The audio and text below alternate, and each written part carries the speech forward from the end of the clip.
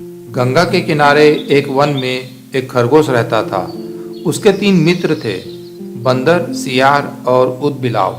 चारों ही मित्र दानवीर बनना चाहते थे। एक दिन बातचीत के क्रम में उन्होंने उपोषद के दिन, जिस दिन बौद्ध धर्म का महोत्सव का दिन होता है, उस दिन परम दान करने का निर्णय लिया, क्योंकि उस दिन के दान का संपूर्ण फल प्राप्त होता है। ऐसी बौद्धों की अवधारणा रही है। जब उपोषद का दिन आया तो सुबह सवेरे ही सारे मित्र भोजन की तलाश में अपने अपने घर से बाहर निकले।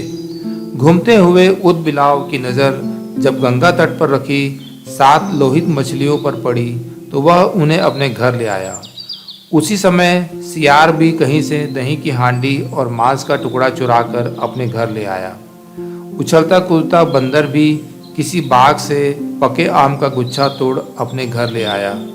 तीनों मित्र ने उन्हीं वस्तुओं को दान में देने का संकल्प लिया, किंतु उनका चौथा मित्र खरगोश, वो तो कोई साधारण प्राणी था नहीं।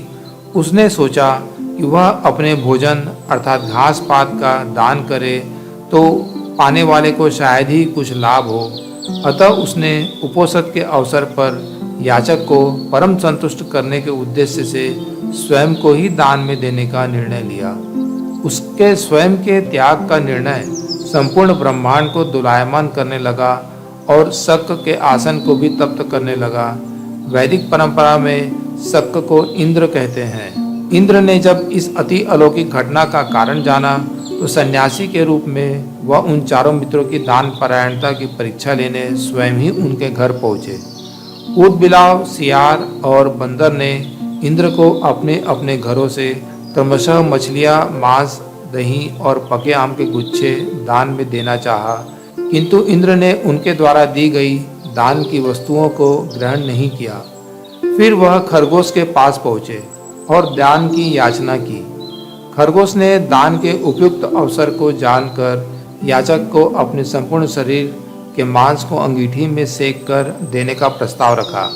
जब अंगीठी जलाई गई तो उसने 3 बार अपने रोमों को झटका ताकि अपने शरीर में बसे छोटे जीव आग में न जल जाएं। फिर वह बड़ी शालीनता के साथ जलती आग में कूद पड़ा। इंद्र उसकी दानवीरता पर स्तब्ध हो उठे। चिरकाल तक उसने ऐसी दानवीरता न देखी थी और न ही सुनी थी। हाँ, आश्चर्य, आग ने खरगोश को नहीं जलाया, क्योंकि वह आग जादुई थी, इंद्र के द्वारा किए गए परीक्षण का एक माया जाल था।